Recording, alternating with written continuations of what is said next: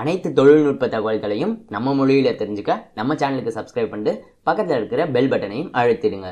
தமிழால் இணைந்த அனைவருக்கும் வணக்கம். லேப்டாப்ஸ், அதுலேயும் குறிப்பாக ஸ்டூடெண்ட்ஸ்க்கான ஒரு லேப்டாப்ஸ் இல்லை அப்படின்னாக்கா ஆஃபீஸ் கோயிங் பீப்புளுக்கு அதுவுமே வந்து ஒரு பேசிக்கான ஒரு என்ட்ரி லெவல் லேப்டாப் பட்ஜெட்டில் அப்படிங்கிறத பற்றி வீடியோ போடுங்க அப்படின்னு சொல்லி பல நண்பர்கள் தொடர்ந்து கேட்டுட்டு இருக்கீங்க. ஸோ அதுக்காக இந்த லேப்டாப்பை நம்ம இன்னைக்கு ரிவ்யூ பண்ண போகிறோம். இது பார்த்தோம் அப்படின்னா Asus VivoBook 15 X505ZA. பேர் ரொம்பவே பெரிதாக இருக்கும். பட் இந்த குறிப்பிட்ட லேப்டாப் பார்த்தோம் அப்படின்னா பட்ஜெட் செக்மெண்ட்டில் 30,000 ஸ்டார்ட் ஆகி 35,000 அந்த ரேஞ்சில் வந்து இந்த லேப்டாப் வந்து சேல் ஆகிட்டு இருக்கு. இதை நான் கடந்த ஒரு வாரமாக என்னுடைய பிரைமரி எடிட்டிங் மிஷின் எல்லாத்துக்கும் வந்து யூஸ் பண்ணிட்டு இருந்தேன். ஸோ இதோடைய விமர்சனத்தை தான் இந்த வீடியோவில் நம்ம வந்து பார்க்க போகிறோம். ஸோ இது என்னை பொறுத்தவரையும் பட்ஜெட்டில் பெஸ்ட் லேப்டாப் அப்படின்னு சொல்லி நான் நினைக்கிறேன். ஏன் இதோடைய குறை நிறைகள் எல்லாத்தையும் இந்த வீடியோவில் பார்க்கலாம். ஸோ இந்த வீடியோ கடைசி வரையும் பாருங்கள்.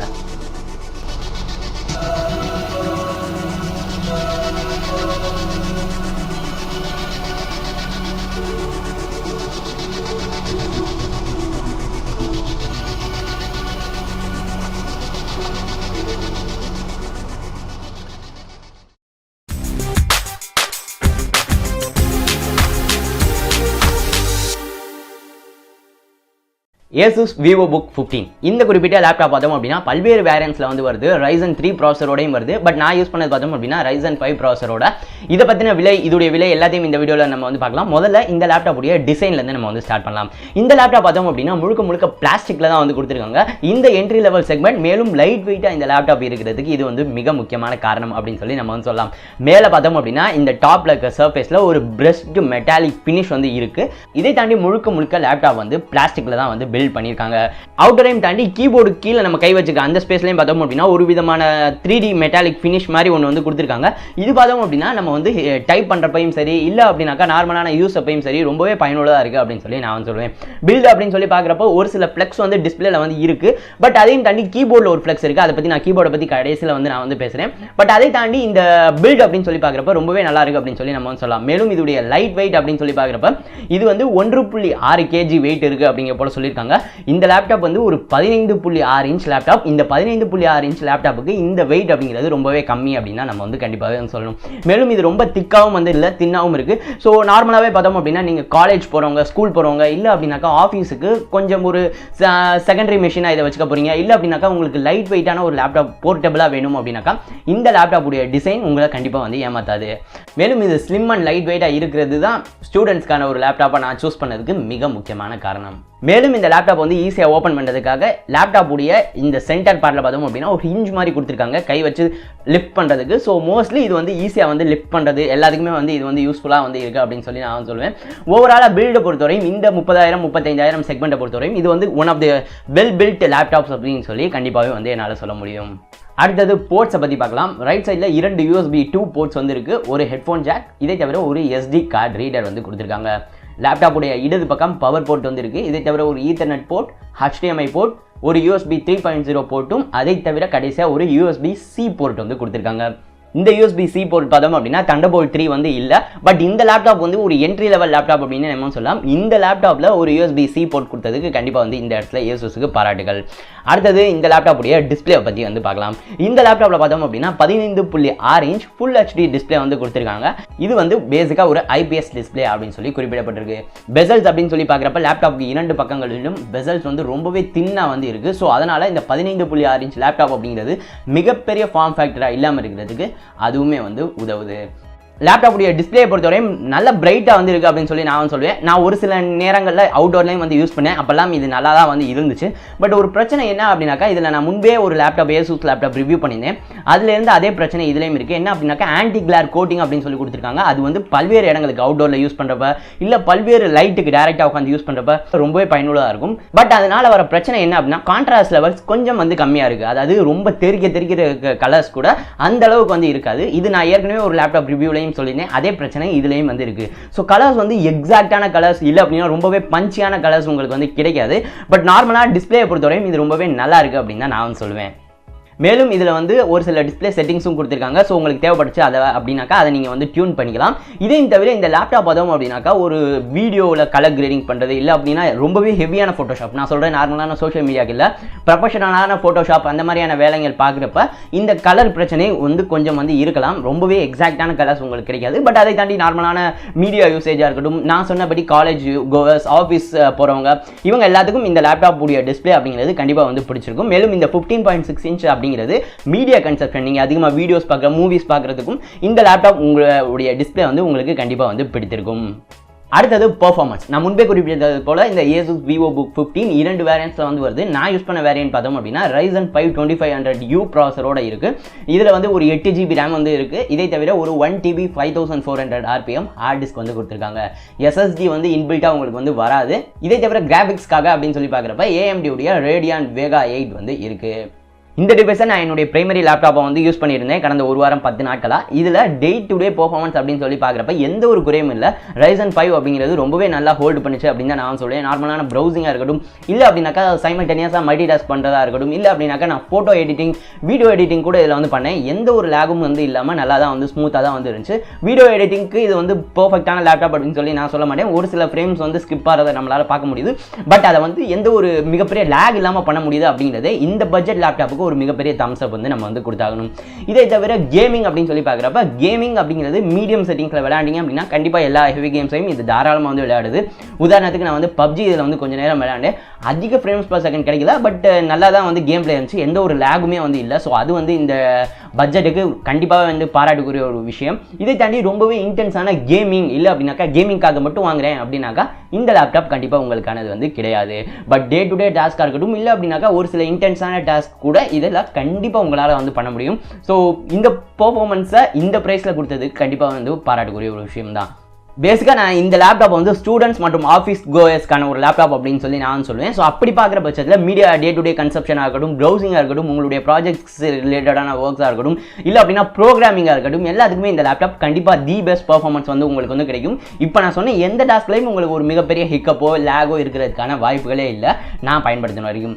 இதை தவிர தெர்மல்ஸ் அப்படின்னு சொல்லி பார்க்குறப்ப இந்த குறிப்பிட்ட லேப்டாப்பில் பார்த்தோம் அப்படின்னா Asus உடைய iSchool டெக்னாலஜி அப்படிங்கிற ஒன்று வந்து கொடுத்துக்கதா சொல்லியிருக்காங்க. பேசிக்காக என்ன அப்படின்னாக்கா இதில் வந்து ஸ்மார்ட் ஃபேன் கண்ட்ரோல் வந்து இருக்கும். இதை தவிர உங்களுக்கு ஹீட் பைப்ஸ் வந்து உள்ள இருக்குது அப்படிங்கிற போல வந்து சொல்லியிருக்காங்க. கூலிங் வென்ட்ஸை பொறுத்தவரையும் லேப்டாப் உடைய கீழ் பக்கத்தில் இருக்கிறத நம்மளால் வந்து பார்க்க முடியுது. நான் பயன்படுத்தின வரையும் பார்த்தோம் அப்படின்னா தெர்மல்ஸ் அப்படிங்கிறது இதில் ரொம்பவே நல்லா இருந்துச்சு அப்படின்னு நான் சொல்லுவேன். நான் பயன்படுத்தின ஒரு வாரத்தில் எந்த ஒரு ஹீட்டிங் இஷ்யூவும் நான் வந்து பார்க்கவே இல்லை. இது நான் சொல்கிறது ஓவர் ஹீட்டிங் அப்படிங்கிறதே இல்லை, வார்ம் அப்படிங்கிற அந்த ஒரு நிலைமைக்கு இது ரொம்ப ரேராக தான் போச்சு. உதாரணத்துக்கு நான் PUBG விளையாண்டப்போ வீடியோ எடிட்டிங் பண்ணப்போ மட்டும்தான் அந்த மாதிரியான ஸ்டேஜுக்கே வந்து போச்சு. இதை தவிர ஹெவியான மல்டி டாஸ்கிங் எக்கச்சக்கமான ப்ரௌசிங் வந்து ஒரே சமயத்தில் பண்ணப்போ கூட இந்த லேப்டாப் ரொம்பவே கூலாக இருந்துச்சு. ஸோ இவங்க என்ன டெக்னாலஜி யூஸ் பண்ணிக்காங்க அப்படிங்கிறத தாண்டி உங்களுக்கு இந்த லேப்டாப் நீங்கள் வந்து most of the intense task பண்ணுறப்போ ரொம்பவே கூலாக இருக்குது அப்படிங்கிறது கண்டிப்பாகவே பாராட்டுக்குரிய ஒரு விஷயம் தான். இதை தவிர இந்த லேப்டாப் வந்து வைஃபை வந்து சப்போர்ட் பண்ணும், ப்ளூடூத் சப்போர்ட் வந்து இருக்குது. ஸோ அதை தவிர உங்களுக்கு வெப்கேமும் வந்து கொடுத்துருக்காங்க இந்த இடத்துல. இது பார்த்தோம் அப்படின்னா நார்மலான லேப்டாப்புடைய வெப்கேமுக்கே உண்டான அந்த மாதிரி மொக்கையான ஒரு கேமரா தான் இது.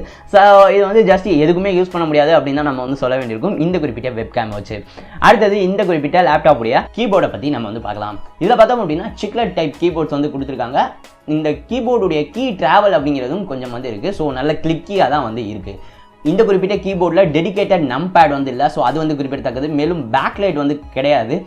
பட் கீபோர்டுடைய ஒரு நான் நோட் பண்ண ஒரு விஷயம் என்ன அப்படின்னாக்கா கீபோர்டில் நார்மலாகவே கொஞ்சம் ஃப்ளெக்ஸ் வந்து இருக்குது. இது வந்து பிளாஸ்டிக் பாடி இதற்கான காரணம் அப்படின்னு கூட நம்ம வந்து சொல்லலாம்.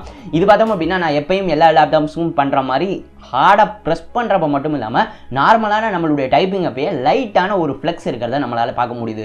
ஸோ இது பார்த்தோம் அப்படின்னா ஒரு மிகப்பெரிய ஒரு டீல் பிரேக்கர் இல்லை அப்படின்னு தான் நான் சொல்லுவேன். பட் அது ஒரு ஃப்ளெக்ஸ் இருக்குது அப்படிங்கிறது கண்டிப்பாக குறிப்பிடப்பட வேண்டிய விமர்சனத்தில். ஸோ அதற்காக நான் வந்து சொல்லேன். இதை தவிர ட்ராக் பேட் அப்படின்னு சொல்லி பார்க்குறப்ப ஒரு மிகப்பெரிய சைஸ் ட்ராக் பேட் தான் வந்து கொடுத்துருக்காங்க. இது வந்து விண்டோஸ் ப்ரெசிஷன் டிரைவர்ஸ். ட்ராக் பேடோடைய அக்யூரசியும் நல்லா இருந்துச்சு. அதே நேரத்தில் ஸ்மூத்தாகவும் வந்து இருந்துச்சு. மோஸ்ட் ஆஃப் த டைம்ஸ் நான் எக்ஸ்டர்னல் மவுஸ் தான் யூஸ் பண்ணேன். பட் இந்த ட்ராக் பேடை பொறுத்தவரையும் குறை சொல்கிற அளவுக்கு எதுவும் இல்லை, நல்லா தான் வந்து இருந்துச்சு அப்படின்னு நம்ம வந்து சொல்லணும். அடுத்தது லேப்டாப் உடைய ஸ்பீக்கர்ஸை பொறுத்தவரையும் கீழே வந்து கொடுத்துருக்காங்க. இது வந்து சானிக் மாஸ்டர் ஸ்பீக்கர்ஸ் அப்படின்னு சொல்லியிருக்காங்க. பட் இதில் இருக்கிற ஒரு பிரச்சனை என்ன அப்படின்னா கிளாரிட்டி ரொம்பவே சூப்பராக வந்திருக்கு. உங்களுக்கான வோக்கல்ஸாக இருக்கட்டும், மியூசிக் இன்ஸ்ட்ருமெண்ட்ஸாக இருக்கட்டும், எல்லாமே கிளாரிட்டி நல்லா இருக்குது. பட் வால்யூம் லெவல்ஸ் அப்படிங்கிறதுல தான் பிரச்சனை வந்திருக்கு. வால்யூம் லெவல்ஸ் அப்படிங்கிறது கண்டிப்பாகவே வந்து ஒரு மிகப்பெரிய எதிர்பார்ப்பு எனக்கு இருந்துச்சு. பிகாஸ் இது வந்து ஒரு 15.6 இன்ச் லேப்டாப், பேசிக்காக ஒரு என்ட்ரி லெவலில் வந்து ஸ்டார்ட் ஆகுது. ஸோ அப்படி இருக்க பட்சத்தில் மோஸ்ட் ஆஃப் த வாங்குறவங்க வந்து ஒரு மீடியா கன்சப்ஷன், வீடியோஸ் பார்க்க, மூவிஸ் பார்க்க வந்து யூஸ் பண்ணுவாங்க. ஸோ அப்படி இருக்க பட்சத்தில் வால்யூம் லெவல்ஸ் ரொம்பவே அதிகமாக இருக்கும் அப்படின்னு சொல்லி நான் எக்ஸ்பெக்ட் பண்ணேன். பட் அது வந்து இதில் கேஸ் வந்து இல்லை. ஸோ வால்யூம் லெவல்ஸ் வந்து கொஞ்சம் கம்மியாக தான் இருக்குது. பட் கிளாரிட்டி அப்படிங்கிறது நல்லா தான் வந்திருக்கு. ஸோ பெஸ்ட்டான ஸ்பீக்கர்ஸ் இருக்கும் அப்படின்னு சொல்லி நீங்கள் நினச்சிங்க அப்படின்னாக்கா உங்களுக்கான லேப்டாப் இது வந்து கிடையாது.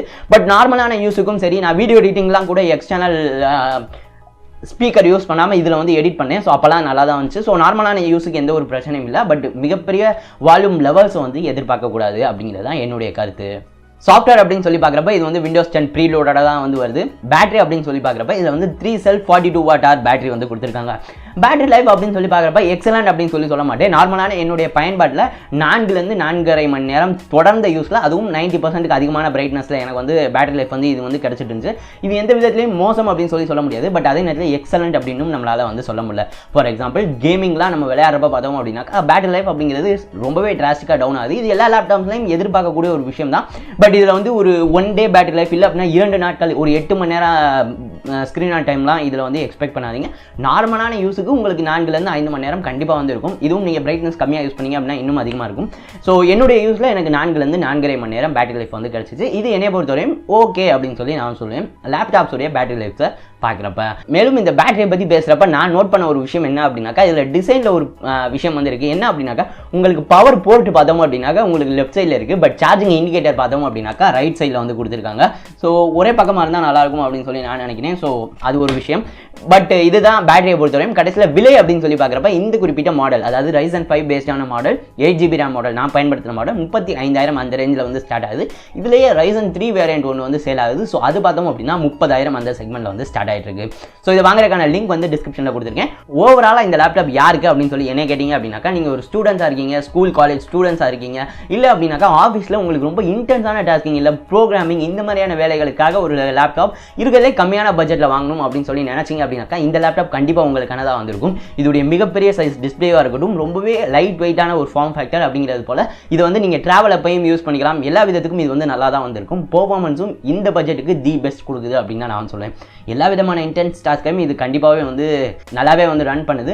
கேமிங்கை பொறுத்தவரை மீடியம் செட்டிங்ஸில் கூட உங்களால் எல்லா விதமான ஹெவி கேம்ஸையும் தாராளமாக வந்து விளையாட முடியும். எக்கச்சக்கமான ஃப்ரேம்ஸ் பர் செகண்ட் எக்ஸ்பெக்ட் பண்ணீங்க அப்படின்னாக்கா இது உங்களுக்கானதாக இருக்காது. பட் எல்லா விதமான இன்டென்ஸ் டாஸ்க்குக்கும் Ryzen 5 வந்து ரொம்பவே நல்லா வந்து ஈடு கொடுக்குது அப்படின்னு தான் நம்ம வந்து சொல்லணும். ஸோ ஓவராலாக 35,000 உங்களுடைய பட்ஜெட்டாக இருந்துச்சு அப்படின்னாக்கா, இந்த நான் சொன்ன குறைகள் 1-2 குறைகள் உங்களுக்கு தேவையில்லை அப்படின்னாக்கா இந்த லேப்டாப் கண்டிப்பாக தி மஸ்ட் பை அப்படின்னு சொல்லி நான் வந்து சொல்லுவேன். ஸோ இதுதான் இந்த லேப்டாப் பற்றி. ஸோ இந்த லேப்டாப் பற்றி நீங்கள் என்ன நினைக்கிறீங்க அப்படிங்கிற கீழே கமெண்ட் பண்ணுங்கள். இந்த விமர்சனத்தை பற்றி நீங்கள் என்ன நினைக்கிறீங்க? மேலும் லேப்டாப் ரிவ்யூஸில் அடுத்தடுத்த ரிவ்யூஸில் எதை இன்க்ளூட் பண்ணணும், எதை எக்ஸ்க்ளூட் பண்ணணும், எல்லாத்தையும் மறந்துடாம கீழே கமெண்ட் பண்ணுங்கள். இந்த வீடியோ பிடித்திருக்கும் அப்படின்னு சொல்லி நம்புறேன். இந்த வீடியோ பிடித்திருந்தால் மறந்துடாமல் இந்த வீடியோ லைக் பண்ணி உங்கள் நண்பர்களோடும் ஷேர் பண்ணுங்கள். அவங்களும் தமிழில் லேப்டாப் ரிவ்யூஸ் வந்து பார்த்துக்கிட்டும். டெக் சாட்டியாக இன்னும் சப்ஸ்கிரைப் பண்ணலாம் அப்படின்னா மறந்துடாமல் சப்ஸ்கிரைப் பண்ணுங்கள். இந்த நாள் இனிய நாளாக மேட்டும்.